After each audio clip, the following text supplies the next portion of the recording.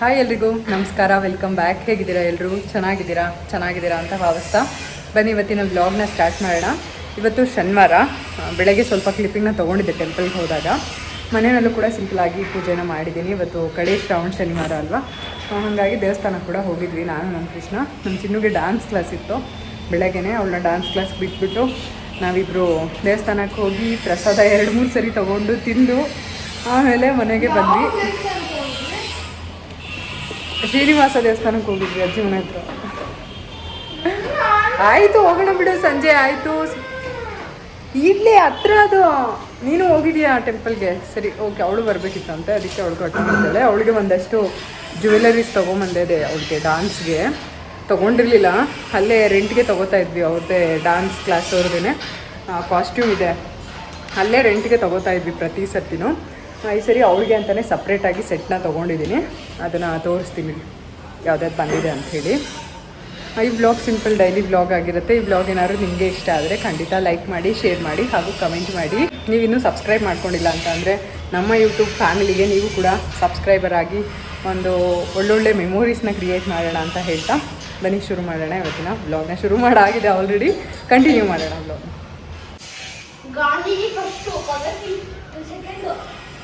ಇದು ಸೆಟ್ಟು ತೊಗೊಂಡಿರೋದು, ಇಲ್ಲೇ ತೊಗೊಂಡು ಬಂದೆ. ಇದು ಚಿಕ್ಕದ ನೆಕ್ಲೆಸ್ಸು, ಇದು ತಲೆಗೆ ಹಾಕ್ಕೊಳೋದು ಸೂರ್ಯ ಚಂದ್ರ ಬೈತಲೆ ಬೊಟ್ಟು. ಇದು ಓಲೆ ಜುಮ್ಕಿ ಮಾಟಿ ಬ್ಯಾಂಗಲ್ಸ್. ದೊಡ್ಡ ಸರ ಅದು ಲಾಂಗ್ ಚೈನ್. ಇದು ಸೊಂಟದ ಪಟ್ಟಿ, ಅದು ಮೂಗಿಗೆ ಹಾಕ್ಕೊಳೋದು. ಇದು ತೋಳ್ಬಂದಿ ಅಂತಾರೆ. ಇದು ತಲೆಗೆ ಜಡೆಗೆ ಹಾಕ್ಕೊಳೋದು. ಐ ಶ್ಯಾಡೋ ತೊಗೊಂಡು ಒಂದು ಕಾಜಲ್. ಲ್ಯಾಕ್ಮೆ ಸಿಸಿ ಕ್ರೀಮ್ ನೋಡಿ ಇಲ್ಲಿ mummy advertisement. Lakme CC cream ಇದನ್ನ ತಗೊಂಡ್ರೆ ಫೇಸ್ ಎಲ್ಲ ಗ್ಲೋ ಆಗುತ್ತೆ, ತಗೊಳ್ಳಿ. ಆಯ್ತು ಕೂಡ, ಅದು ಕ್ರೀಮ್ ಅಲ್ವೇ ಅಲ್ಲ, ಅದು ಐ ಶ್ಯಾಡೋ. ಅದು ನಿನಗೆ ಯಾವ್ದು ಕ್ರೀಮು ಯಾವ್ದು ಐ ಶ್ಯಾಡೋ ಗೊತ್ತಿಲ್ಲ. ಡ್ಯಾನ್ಸ್ ಡ್ರೆಸ್ ಕೂಡ ಬಂತು ನಮ್ಮ ಚಿನ್ನದು, ಸೀರೆ. ನಾಳೆ ತೋರಿಸ್ತೀನಿ ಅದನ್ನು. ಅವಳು ಹಾಕೋತಾಳೆ, ನಾಳೆ ಎಕ್ಸಾಮ್ ಇದೆ ಅವಳಿಗೆ. ಅವಾಗ ಬೆಳಗ್ಗೆ ರೆಡಿ ಮಾಡಿಬಿಟ್ಟು ಕರ್ಕೊಂಡು ಹೋಗ್ತೀನಲ್ಲ, ಅವಾಗ ತೋರಿಸ್ತೀನಿ. ಇಲ್ಲಿ ಮನೆಯಿಂದಾನೇ ಡ್ರೆಸ್ ಎಲ್ಲ ಹಾಕೊಂಡು ಹೋಗ್ಬೇಕು ತಾನೆ, ಎಲ್ಲ ರೆಡಿ ಆಗ್ಬಿಟ್ಟು ಹೋಗ್ಬೇಕಲ್ಲ. ನಂದೇ ಡ್ರೆಸ್ ಅವಳು ಹಾಕ್ಕೊಂಡಿರೋದು. ನಂಗೆ ಗೊತ್ತಿಲ್ಲ. ಕೈಕಾಲು ತೊಳ್ಕೋಗಿ ಫಸ್ಟ್.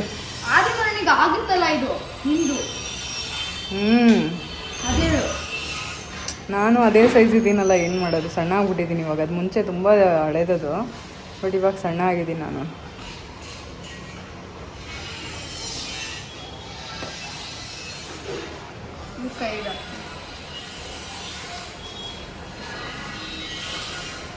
ಇನ್ನೂ ಈ ಥರದ್ದು ಕಪ್ಪು ದಾರ ಇಸ್ಕೋಬೇಕಾಗಿತ್ತಲ್ಲ ನಾವು ಅವ್ರ ಹತ್ರ. ಅದೇ ಇದಕ್ಕೆ ಯಾವುದಕ್ಕೆ ಹೇಳು, ಸೂರ್ಯಚಂದ್ರಗೆ. ನಾಳೆ ಹೋದಾಗ ಇಸ್ಕೊಬರ್ತೀನಿ ಬಿಡು, ನಾಳೆ ಇಲ್ಲ ಸಾಯಂಕಾಲ. ಶನಿವಾರ ಸಂಜೆ ಮೇಲೆ ಮತ್ತೆ ವ್ಲಾಗ್ನ ಕಂಟಿನ್ಯೂ ಮಾಡಿದೆ. ಅಲ್ಲೇ ಮಾತಾಡಿದ್ದೆ, ಆದರೆ ನನಗೆ ಕೇಳಿಸ್ಕೊಂಡ್ರೆ ತುಂಬಾ ಡಿಸ್ಟರ್ಬೆನ್ಸ್ ಇದೆ. ಇಲ್ಲಿ ಕನ್ಸ್ಟ್ರಕ್ಷನ್ ನಡೀತಾ ಇದೆ ಅಲ್ವಾ ಬಿಲ್ಡಿಂಗು, ಹಾಗಾಗಿ ತುಂಬ ಸೌಂಡ್ ಕೇಳಿಸ್ತಾ ಇದೆ. ಅದಕ್ಕೆ ನಾನು ವಾಯ್ಸ್ ಓವರ್ನ ಕೊಡ್ತಾ ಇದ್ದೀನಿ. ಇವತ್ತು ನಾನು ನಿಮಗೆ ಒಂದೆರಡು ರೆಡಿಮೇಡ್ ಬ್ಲೌಸ್ನ ತೋರಿಸ್ತಾ ಇದ್ದೀನಿ. ತುಂಬ ದಿನದ ಹಿಂದೆನೇ ಅವರು ಕಳಿಸಿದ್ರು, ಬಟ್ ನನಗೆ ವಿಡಿಯೋನ ಮಾಡೋಕ್ಕಾಗಿರಲಿಲ್ಲ. ಅದು ಎಲ್ಲೋ ಇಟ್ಬಿಟ್ಟಿದೆ, ನನಗೆ ಸಿಕ್ಕೇ ಇರಲಿಲ್ಲ ಬ್ಲೌಸು. ಕೊನೆಗೆ ಸಿಕ್ತು. ಅವರು ಕೂಡ 1-2 ಸರಿ ಕಾಲ್ ಮಾಡಿದರು. ಅವರು ಜಾಸ್ತಿ ಫಾಲೋ ಅಪ್ ಮಾಡಿಲ್ಲ, ಹಾಗಾಗಿ ನನಗೂ ನೆನಪಾಗಲಿಲ್ಲ. ಇವತ್ತು ನಾನು ನಿಮಗೆ ಆ ರೆಡಿಮೇಡ್ ಬ್ಲೌಸ್ನ ತೋರಿಸ್ತಾ ಇದ್ದೀನಿ. 2 ರೆಡಿಮೇಡ್ ಬ್ಲೌಸ್ನ ಕಳಿಸಿದ್ರು. ಇದೇನು ಕೊಲ್ಯಾಬ್ರೇಷನ್ ಏನಲ್ಲ, ಅವರು ಕಳಿಸಿದ್ರಷ್ಟೇ. ನನಗೆ ಏನಾದರೂ ಅಮೌಂಟ್ ತೊಗೋತೀರಾ ಅಕ್ಕ ಅಂತ ಕೇಳಿದರು. ನಾನು ಅದಕ್ಕೆ ಇಲ್ಲ ಬೇಡಮ್ಮ, ನೀವು ಆರಾಮಾಗಿ ಚೆನ್ನಾಗಿ ಬಿಸ್ನೆಸ್ ಮಾಡಿ ಅಂತ ಹೇಳಿದೆ. ಬಟ್ ಅವರೇನೋ ಬಿಸ್ನೆಸ್ ಕಂಟಿನ್ಯೂ ಮಾಡೋಕ್ಕಾಗ್ತಾ ಇಲ್ಲಂತೆ, ಕ್ಲಿಯರೆನ್ಸ್ ಸೇಲ್ ಅಂತ ಮಾಡ್ತಾ ಇದ್ದಂತೆ. ಹಾಗಾಗಿ 50% ಆಫರಲ್ಲಿ ನಿಮಗೆ ರೆಡಿಮೇಡ್ ಬ್ಲೌಸ್ ಆಗಿರ್ಬೋದು, ಡ್ರೆಸ್ ಆಗಿರ್ಬೋದು, ಎಲ್ಲದನ್ನು ಸೇಲ್ ಮಾಡ್ತಾ ಇದ್ದಾರೆ. ನಿಮ್ಗೇನಾದ್ರು ಬೇಕು ಅಂತ ಅಂದರೆ ಚೆನ್ನಾಗಿರೋವಂಥ ಕ್ವಾಲಿಟಿ, ಹಾಗೆಯೇ ಚೆನ್ನಾಗಿರೋಂಥ ಪ್ರಿಂಟ್ ಆಗಿರ್ಬೋದು, ಎಂಬ್ರಾಯ್ಡ್ರಿ ಆಗಿರ್ಬೋದು, ಹ್ಯಾಂಡ್ ವರ್ಕ್ ಇರೋವಂಥ ಬ್ಲೌಸಸ್ಸು, ಕಾಟನ್ ಬ್ಲೌಸಸ್ಸು, ಸಿಂಪಲಾಗಿ ಮನೆ ಹತ್ರ ಹಾಕ್ಕೊಳ್ಳೋ ಅಂಥದ್ದು, ಹಾಗೆಯೇ ಫ್ಯಾನ್ಸಿ ಬ್ಲೌಸಸ್ ಎಲ್ಲ ಸಿಗುತ್ತೆ. ನಾನು ಒಂದಷ್ಟು ಫೋಟೋಸ್ನ ಅವರು ನನಗೆ ಕಳಿಸಿದ್ದಾರೆ, ಅದನ್ನು ಕೂಡ ನಾನು ನಿಮಗೆ ಸ್ಕ್ರೀನ್ ಮೇಲೆ ಕೊಡ್ತೀನಿ, ನೋಡ್ಬೋದು ನೀವು. ಈ ಬ್ಲೌಸ್ ಕೂಡ ಅಷ್ಟೇ ಚೆನ್ನಾಗಿದೆ ನೋಡಿ, ಪ್ರಿಂಟ್ ಎಲ್ಲ ತುಂಬ ಮಾಡರ್ನ್ ಆಗಿರುತ್ತೆ. ಹಾಗೆಯೇ ಟ್ರೆಡಿಷ್ನಲ್ ಆಗಿರೋ ಅಂಥದ್ದು ಎಲ್ಲದೂ ಸಿಗುತ್ತೆ. ಎಲ್ಲೋ ಬ್ಲೌಸ್ ಬಂದು ನಾನು ಬೋಟ್ ನೆಕ್ದು ತೊಗೊಂಡಿದ್ದೆ. ಇದು ಪಿಂಕ್ ಬ್ಲೌಸ್ ಬಂದು ಹೈ ನೆಕ್ಕು. ಇದು ಕೂಡ ತುಂಬಾ ಚೆನ್ನಾಗಿದೆ. ಕಾಟನ್ ಸೀರೆ ಆಗಿರ್ಬೋದು, ನಾರ್ಮಲ್ ಸೀರೆ ಆಗಿರ್ಬೋದು, ಎಲ್ಲದಕ್ಕೂ ಮ್ಯಾಚ್ ಮಾಡಿಕೊಂಡು ಉಟ್ಕೋಬೋದು. ತುಂಬ ಚೆನ್ನಾಗಿದೆ ಅಂತ ಅನ್ನಿಸ್ತು. ಕ್ವಾಲಿಟಿ ಕೂಡ ತುಂಬ ಚೆನ್ನಾಗಿದೆ. ನೀವು ಏನಾದ್ರು ತೊಗೋತೀರಾ ಅಂತ ಅಂದರೆ ಅವರ ಕಾಂಟ್ಯಾಕ್ಟ್ ಡೀಟೇಲ್ಸ್ನ ನಾನು ಸ್ಕ್ರೀನ್ ಮೇಲೆ ಕೊಟ್ಟಿರ್ತೀನಿ. ಹಾಗೆಯೇ ಅವ್ರು ಏನು ಫೋಟೋಸ್ ಕಳಿಸಿದ್ದಾರೆ ಅದೆಲ್ಲದನ್ನು ನಾನು ಇಲ್ಲಿ ಶೇರ್ ಮಾಡಿರ್ತೀನಿ. ನೋಡಿ ನಿಮಗೆ ಇಷ್ಟ ಆದರೆ ಖಂಡಿತ ತೊಗೋಬೋದು.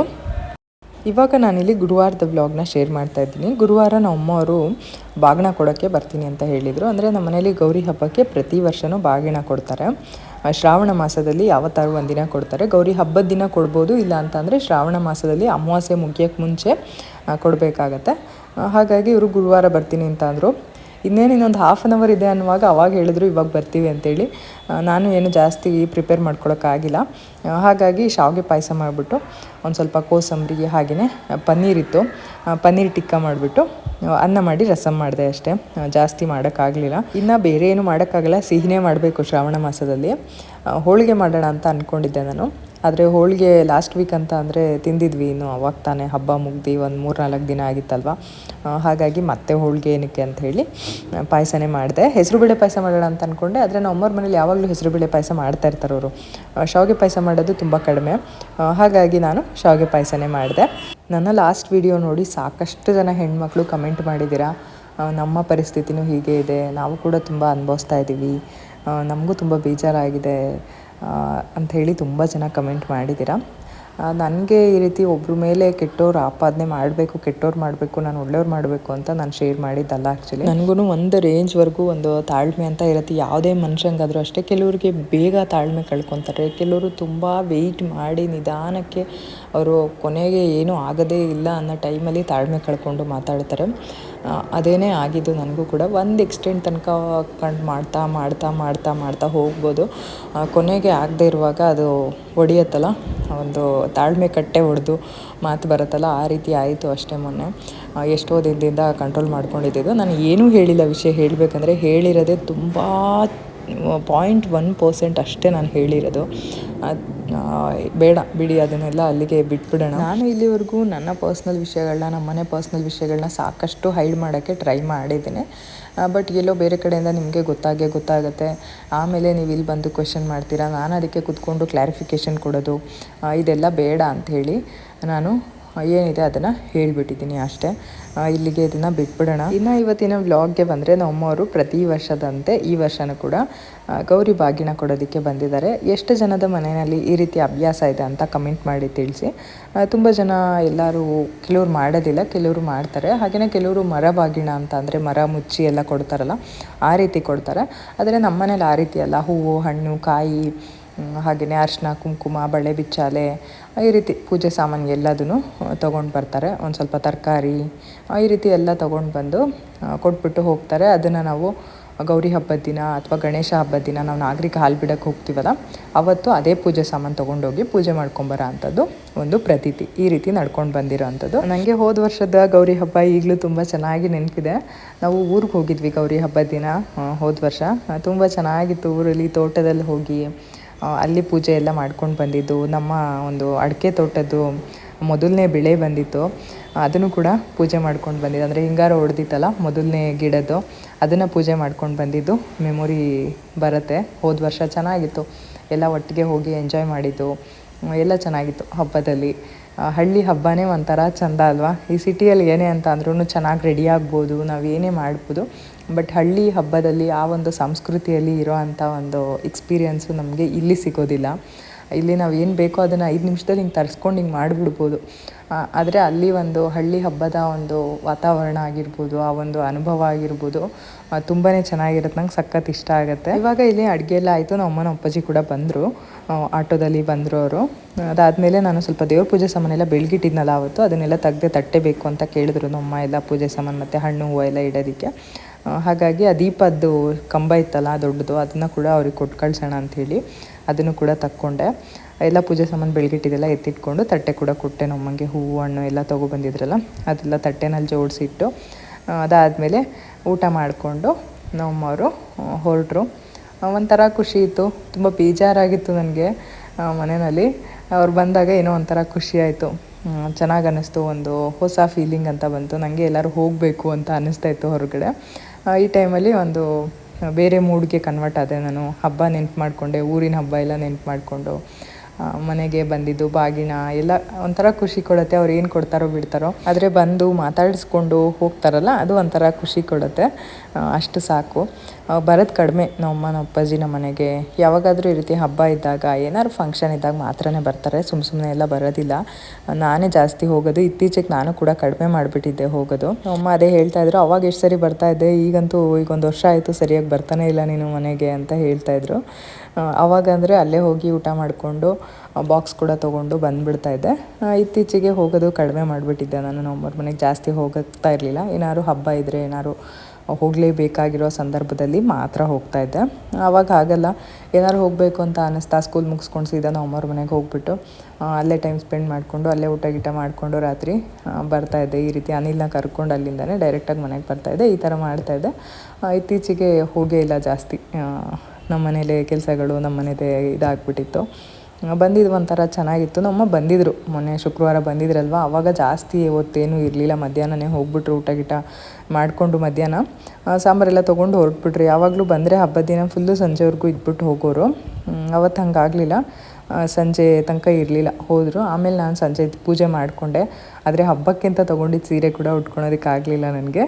ಗೌರಿ ಹಬ್ಬದ ದಿನ ಇಲ್ಲ ಗಣೇಶ ಹಬ್ಬದ ದಿನ ಉಟ್ಕೊಳ್ತೀನಿ. ನಾನೇನು ಮೈಸೂರು ಕ್ರೇಪ್ ಸಿಲ್ಕ್ ಸೀರೆ ತೊಗೊಂಡಿದ್ದಲ್ಲ, ಅದನ್ನು ಉಟ್ಕೊಳ್ಲಿಲ್ಲ ನಾನು. ಸಂಜೆ ಕೂಡ ಬೇರೆ ನಾರ್ಮಲ್ ಸೀರೆ ಉಟ್ಕೊಂಡೆ ದೇವರಿಗೆ ಆರತಿ ಮಾಡಿ ಪೂಜೆ ಎಲ್ಲ ಮಾಡಿಕೊಂಡೆ. ಈ ರೀತಿ ಆಯಿತು. ನಮ್ಮ ಬಳೆ, ಹಾಗೆಯೇ ಹೂವು, ಸೌತೆಕಾಯಿ, ಫ್ರೂಟ್ಸ್ ಎಲ್ಲ, ಸ್ವೀಟು, ಹಾಗೆಯೇ ಮಡ್ಲಕ್ಕಿ, ಅರಿಶಿನ ಕುಂಕುಮ, ಎಲೆ ಅಡಿಕೆ ಎಲ್ಲ ತೊಗೊಂಡು ಬಂದಿದ್ದರು.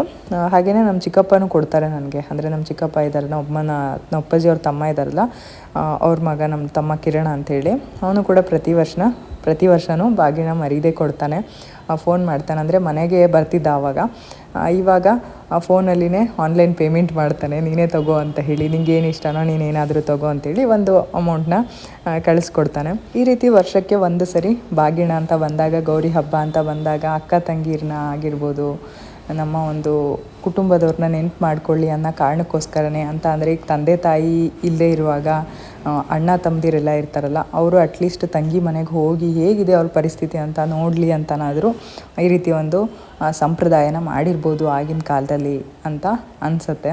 ಅದು ನಿಜಾನೇ. ಯಾಕೆಂದರೆ ಅಪ್ಪ ಅಮ್ಮ ಇರೋ ತನಕ ತವ್ರ ಮನೆಗೆ ಹೋಗೋದು ಬರೋದು ಖುಷಿಯಿಂದ ಇರೋದು ಇದ್ದೇ. ಅದಾದಮೇಲೆ ಹೆಣ್ಮಕ್ಳಾಗಿರ್ಬೋದು, ಅವ್ರ ಗಂಡ ಅವ್ರ ಮನೆ, ಅವ್ರ ಸಂಸಾರ, ಅವ್ರ ಮಕ್ಕಳು ಇದರಲ್ಲಿ ಬ್ಯುಸಿಯಾಗಿರ್ತಾರೆ. ಅವ್ರ ಗಂಡು ಮಕ್ಕಳಾಗಿರ್ಬೋದು, ಅವ್ರ ಹೆಂಡತಿ, ಅವ್ರ ಮಕ್ಕಳು, ಅವ್ರ ಸಂಸಾರ, ಅವ್ರು ಇದರಲ್ಲಿ ಬ್ಯುಸಿಯಾಗಿರ್ತಾರೆ. ಈ ರೀತಿಯಾಗಿ ಒಂದು ಹಬ್ಬ ಅಂತ ಬಂದಾಗ, ಗೌರಿ ಹಬ್ಬ ನಮ್ಮ ಅಕ್ಕ ತಂಗಿರಿಗೆಲ್ಲ ಬಾಗಿನ ಕೊಡಬೇಕಪ್ಪ ಅಂತ ಹೇಳಿ ನೆನ್ಪು ಮಾಡಿಕೊಂಡು ಅವರು ಕೂಡ ಬಂದು ಹೋಗಿ ಮಾಡ್ತಾರೆ ಅಂಥೇಳಿ ಈ ರೀತಿಯಾದಂಥ ಒಂದು ಸಂಸ್ಕೃತಿನ ಮಾಡಿದ್ದಾರೆ ನಮ್ಮ ಹಿರಿಯರು ಅಂತ ಅನಿಸುತ್ತೆ ನನಗೆ. ಇವಾಗ ನಾನಿಲ್ಲಿ ಊಟಕ್ಕೆಲ್ಲ ರೆಡಿ ಮಾಡ್ತಾಯಿದ್ದೆ. ಅವ್ರು ಬರೋ ಅಷ್ಟರಲ್ಲಿ ನಾನೆಲ್ಲ ರೆಡಿ ಮಾಡಿಬಿಟ್ಟಿದ್ದೆ. ಬಂದಮೇಲೆ ಮಾಡೋಕ್ಕೆ ಕೂತ್ಕೊಂಡ್ರೆ ನಮ್ಮಮ್ಮ ಕೂಡ ಬಂದುಬಿಡ್ತಾರೆ, ಅಡುಗೆ ಮಾಡ್ಕೊಡ್ತೀನಿ, ನಾನು ಹೆಲ್ಪ್ ಮಾಡ್ತೀನಿ ಏನಾರು ಅಂತ ಹೇಳಿ. ಹಾಗಾಗಿ ನಾನೇ ಮಾಡೋಣ ಎಲ್ಲ ಅಂತ ಹೇಳಿಬಿಟ್ಟು ನಾನು ಮುಂಚೆನೇ ಮಾಡಿಬಿಟ್ಟೆ. ನಮ್ಮ ಚಿನ್ನಿಗೆ ಆಲ್ರೆಡಿ ಊಟ ಹಾಕ್ಕೊಟ್ಬಿಟ್ಟಿದ್ದೆ. ಅವಳು ಹೊಟ್ಟೆ ಹಸಿತಾ ಇದೆ ಅಂತ ಇದ್ಲು, ಹಾಗಾಗಿ ಅವಳಿಗೆ ಊಟ ಹಾಕ್ಕೊಟ್ಟಿದ್ದೆ. ಇವಾಗ ನಮ್ಮಮ್ಮ, ನಮ್ಮ ಅಪ್ಪಾಜಿ, ನನ್ನ ತಮ್ಮ ಕೂಡ ಬಂದ. 3 ಜನಕ್ಕೂ ಊಟ ಇಡ್ತಾಯಿದ್ದೀನಿ. ಇನ್ನೊಬ್ಬ ತಮ್ಮ ಬಂದಿಲ್ಲ, ಅವನು ಊರಿಗೆ ಹೋಗಿದ್ದಾನೆ, ಪಾಪು ನೋಡೋದಕ್ಕೆ ಅಂತ ಊರಿಗೆ ಹೋಗಿದ್ದಾನೆ. ಹಾಗಾಗಿ ಇವ್ರು ಮಾತ್ರನೇ ಬಂದರು. ಚೆನ್ನಾಗಾಯಿತು. ಕೋಸಂಬರಿನೂ ಚೆನ್ನಾಗಿತ್ತು, ರಸಮ್ ಚೆನ್ನಾಗಿತ್ತು, ಹಾಗೆಯೇ ಪಾಯಸ ಕೂಡ ಚೆನ್ನಾಗಿತ್ತು. ಪನ್ನೀರ್ ಟಿಕ್ಕಾ ಅಂತೂ ಸೂಪರಾಗಿತ್ತು. ಇವತ್ತು ನಾನು ಮೊಸರೆಲ್ಲ ಏನೂ ಹಾಕಿಲ್ಲ, ನಿಂಬೆಹಣ್ಣು ಹಾಕ್ಬಿಟ್ಟು ಉಪ್ಪು, ಖಾರದ ಪುಡಿ, ಹಾಗೆಯೇ ಗರಂ ಮಸಾಲ, ಶುಂಠಿ ಬೆಳ್ಳುಳ್ಳಿ ಪೇಸ್ಟು ಈ ಥರ ಎಲ್ಲ ಹಾಕ್ಬಿಟ್ಟು ಮಾಡಿದ್ದೀನಿ.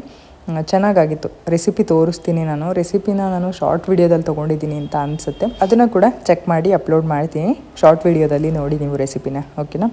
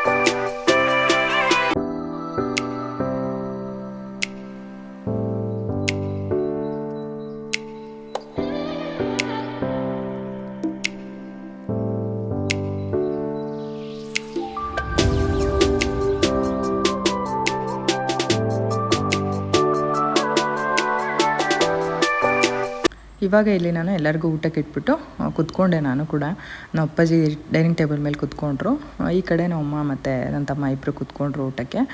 ಚೆನ್ನಾಗಿತ್ತು ಅಂತ ಅಂದರು ನಮ್ಮಮ್ಮ, ಎಲ್ಲ ಚೆನ್ನಾಗಿದೆ ಅಂತ ಅಂದರು. ನಮ್ಮಮ್ಮ ಎಲ್ಲ ಚೆನ್ನಾಗಿದೆ ಅಂತಲೇ ಹೇಳ್ತಾರೆ. ನನ್ನ ತಮ್ಮ ಕೂಡ ಅಷ್ಟೇ, ಅವ್ನು ಕರೆಕ್ಟಾಗಿ ಹೇಳ್ತಾನೆ ಚೆನ್ನಾಗಿದೆ ಚೆನ್ನಾಗಿಲ್ಲ ಅಂತೇಳಿ. ಚೆನ್ನಾಗಿದೆ ಅಂತ ಹೇಳ್ದ. ಹಾಗೆಯೇ ನಮ್ಮ ಚಿನ್ನು ಕೂಡ ಅಷ್ಟೇ ಕೇಳ್ತಾ ಇದ್ಲು, ಏನಕ್ಕೆ ಬಂದಿರೋದು ಮಮ್ಮಿ ಅಜ್ಜಿಯವರು, ಪ್ರತಿ ವರ್ಷ ಹಿಂಗೆ ಬರ್ತಾರಲ್ಲ, ಸ್ವೀಟ್ ಅಡುಗೆ ಎಲ್ಲ ಮಾಡ್ತೀಯಾ ಏನು ಅಂತ ಹೇಳಿ. ಮುಂಚೆ ಎಲ್ಲ ಕೇಳ್ತಿರ್ಲಿಲ್ಲ, ಅವಳಿಗೆ ಗೊತ್ತಾಗ್ತಿರ್ಲಿಲ್ಲ. ಇವಾಗ ಅವಳಿಗೂ ಕೂಡ ಒಂದು ಸ್ವಲ್ಪ ಬುದ್ಧಿ ಬಂದಿದೆ, ಹಾಗಾಗಿ ಕೇಳ್ತಾ ಇದ್ಲು ಏನು ವಿಷಯ ಏನು ಅಂತ ಹೇಳಿ. ನಾನು ಅದಕ್ಕೆ ಹೀಗೆ ಪ್ರತಿ ವರ್ಷ ಗೌರಿ ಹಬ್ಬದಲ್ಲಿ ಬಾಗಿನ ಕೊಡ್ತಾರಮ್ಮ ಹೆಣ್ಮಕ್ಳಿಗೆ, ಹಾಗಾಗಿ ಬಂದಿದ್ದಾರೆ. ಅವರು ಬಂದಾಗ ಹಾಗೆ ಕಳಿಸ್ಬಾರ್ದಲ್ವ, ಹಾಗಾಗಿ ಅವ್ರಿಗೆ ನಾನು ಈ ರೀತಿ ಅಡುಗೆ ಎಲ್ಲ ಮಾಡಿದ್ದೀನಿ ಅಂಥೇಳಿ. ಈ ರೀತಿ ನಾವು ಒಂದಷ್ಟು ಬೆಳೆಸ್ಕೊಂಡು ಬರೋದನ್ನು ಮಕ್ಕಳು ಮುಂದುವರಿಸ್ಕೊಂಡು ಹೋಗ್ತಾರೆ. ನಾವೇನಾದರೂ ಮಾಡಿಲ್ಲ ಅಂತ ಅಂದರೆ ಅವ್ರಿಗೂ ಇದೆಲ್ಲ ಗೊತ್ತಾಗೋದಿಲ್ಲ. ಹಾಗಾಗಿ ನನಗೂ ಕೂಡ ಹೌದಲ್ವ, ನನ್ನ ಮಗಳಿಗೂ ಒಂದಷ್ಟು ವಿಚಾರಗಳು ಗೊತ್ತಾಯಿತು ಇವತ್ತು ಅಂತ ಅನ್ನಿಸ್ತು. ಈಗ ವರಮಹಾಲಕ್ಷ್ಮಿ ಹಬ್ಬ ಆಯಿತು, ಅದಾದಮೇಲೆ ಗೌರಿ ಗಣೇಶ ಹಬ್ಬ ಬರುತ್ತೆ, ಅದಾದಮೇಲೆ ಪಿತೃಪಕ್ಷ, ಈ ರೀತಿ ಎಷ್ಟೊಂದು ಹಬ್ಬಗಳು. ಎಲ್ಲ ಹಬ್ಬಗಳಲ್ಲೂ ವಿಧ ವಿಧವಾದಂಥ ಒಂದಷ್ಟು ಹೊಸ ಹೊಸ ವಿಚಾರಗಳಿರುತ್ತೆ, ಸಂಸ್ಕೃತಿ ಸಂಪ್ರದಾಯಗಳಿರುತ್ತೆ. ಗಣೇಶನ ಕೂರಿಸೋದೇ ಆಗಿರ್ಬೋದು, ಇದು ಎಲ್ಲದು ಎಷ್ಟು ಚೆಂದ ಅಂತ ಅನಿಸುತ್ತೆ ನನಗೆ. ಹಾಗೆಯೇ ಪಿತೃಪಕ್ಷನೂ ಅಷ್ಟೇ, ನಮ್ಮ ಹಿರಿಯರಿಗೆ ನಾವು ಕೊಡೋವಂಥ ಗೌರವ, ಪ್ರೀತಿ, ಹಾಗೆಯೇ ಅವ್ರು ಇಷ್ಟಪಡೋ ಅಂಥ ಎಲ್ಲದನ್ನು ಮಾಡಿ ಬಡಿಸೋ ಅಂಥದ್ದು, ಈ ರೀತಿ ಎಲ್ಲ ಅಲ್ವಾ, ಚೆನ್ನಾಗಿರುತ್ತೆ. ಅದನ್ನೆಲ್ಲದನ್ನು ನಮ್ಮ ಮಕ್ಳಿಗೂ ಕೂಡ ನಾವು ಮುಂದುವರ್ಸ್ಕೊಂಡು ಹೋದರೆ ನಮ್ಮ ಮಕ್ಕಳು ಕೂಡ ಅದನ್ನು ಮುಂದುವರ್ಸ್ಕೊಂಡು ಹೋಗ್ತಾರೆ ಅನ್ನೋದು ಒಂದು ಖುಷಿ ನಮಗೆ ಅಷ್ಟೇ. ನಾವು ಅವ್ರಿಗೆ ಹೇಳಿಬಿಟ್ಟು ಹೋಗಬೇಕು. ಈ ರೀತಿ ಏನೇ ಆದ್ರೂ ಅಷ್ಟೇ ನಾವು ಹೇಳ್ತಾ ಇರಬೇಕು, ಅವ್ರಿಗೆ ಮಾಡ್ತಾ ಇರಬೇಕು. ನಾವು ಒಂದಷ್ಟು ಸಂಸ್ಕೃತಿ ಸಂಪ್ರದಾಯಗಳಾಗಿರ್ಬೋದು, ಪೂಜೆ ಪುನಸ್ಕಾರಗಳಾಗಿರ್ಬೋದು ನಾವು ಮಾಡ್ತಾಯಿದ್ರೆ ಅವರು ಅದನ್ನು ಕಂಟಿನ್ಯೂ ಮಾಡ್ಕೊಂಡು ಹೋಗ್ತಾರೆ. ನಾವು ಅವ್ರಿಗೆ ಹೇಳ್ಕೊಡ್ಬೇಕಾಗತ್ತೆ.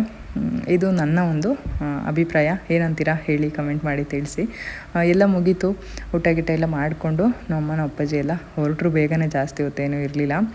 ಅಡುಗೆ ಆದಮೇಲೆ ಬಂದರು, ಸ್ವಲ್ಪ ಹೊತ್ತು ಕೂತಿದ್ರು, ಮಾತಾಡಿದ್ರು. ಅದಾದಮೇಲೆ ಊಟ ಎಲ್ಲ ಮಾಡಿಕೊಂಡು ಹೊರಟರು.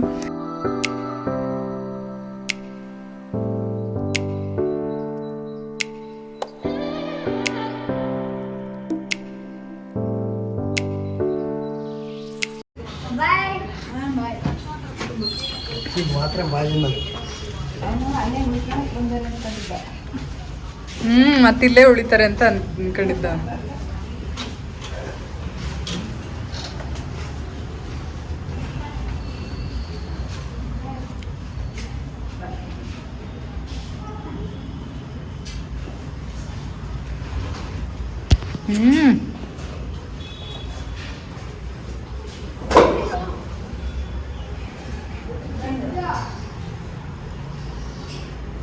ಇದನ್ನ ನೀರಿಟ್ಟಲ್ಲಿ ಯಾಕೆ ಹೋಗ್ತಾನಲ್ಲ ಅವನು? ಹಾ, ಏನಿಲ್ಲ.